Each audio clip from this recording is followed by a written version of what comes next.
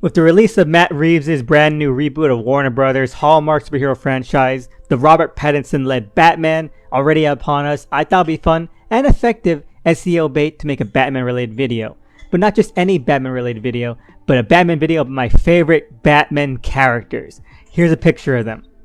Now, I think it might sound silly, but these two are not only Batman analogs, and damn good ones, but each have some of the most touching and soulful stories a Batman counterpart has ever had. Stories that are among the franchise's most heartfelt and powerful. Let's start with the most ridiculous looking one first, Open Window Man. And yeah, I know, the name isn't doing him any favors.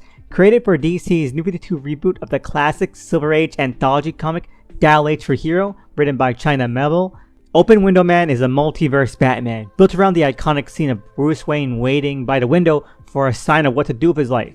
A scene homaged and referenced ad infinitum by DC. Open Window Man posits the question of, what if nothing burst through the window that night, and instead Bruce Wayne took the window itself as an inspiration.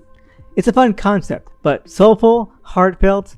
Well, it really all comes down to a single issue of Dial H, number 13, Tekla Parson, or The Writing on the Wall. Part of Dial H's second half, where the dialers travel across the multiverse, and for one issue, Open Window Man ends up in a universe populated by living chalk images that live on granite slabs, one of whom just so happens to be a young Bruce Wayne.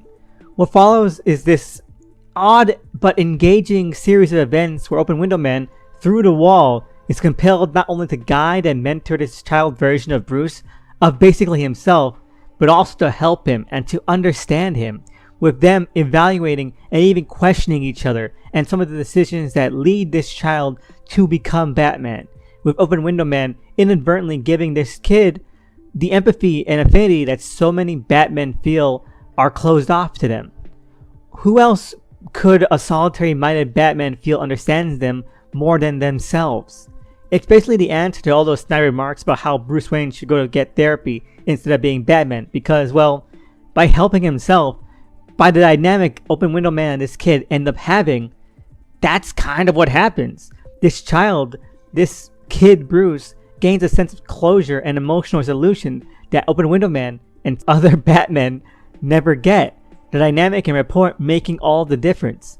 It's really awesome, and it's something you should definitely read, and Dial H is just an incredible comic. So let's just move along to our next one, which is Charlie, the Realworlds Batman.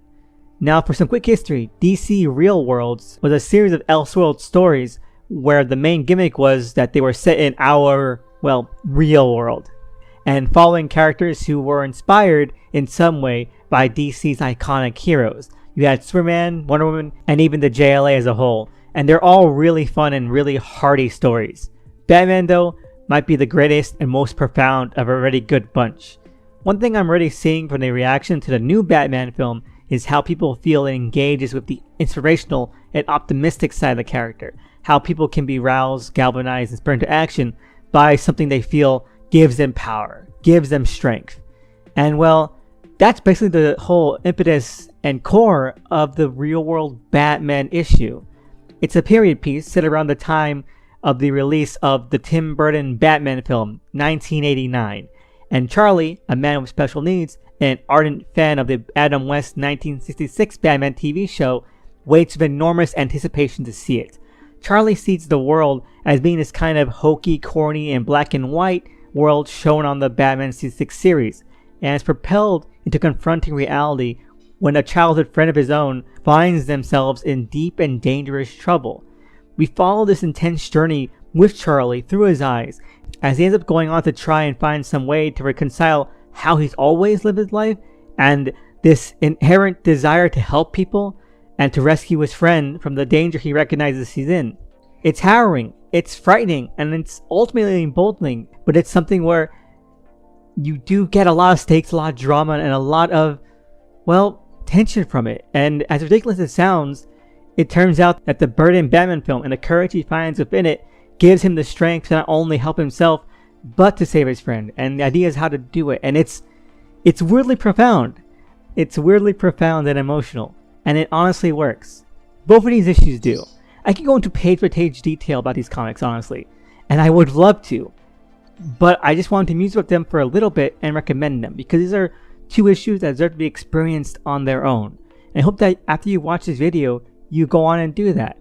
They're part of what I think is the most palpable legacy of Batman. I think there's a lot of Batman comics that are released just because of the label, just because of the franchise, that don't have any purpose. But these are two issues that not only want to be Batman stories, but they understand how to be and how to make themselves unique. And they're well worth the effort to track down and to read and experience. So I hope you do. And I hope you enjoyed a new Batman film. I'm going to be doing a review of that with my co-host on Comics Code Authority later this week. So check that out as well. And hope you have a great week. Hope you have a great time out there. And stay safe and see you again next time.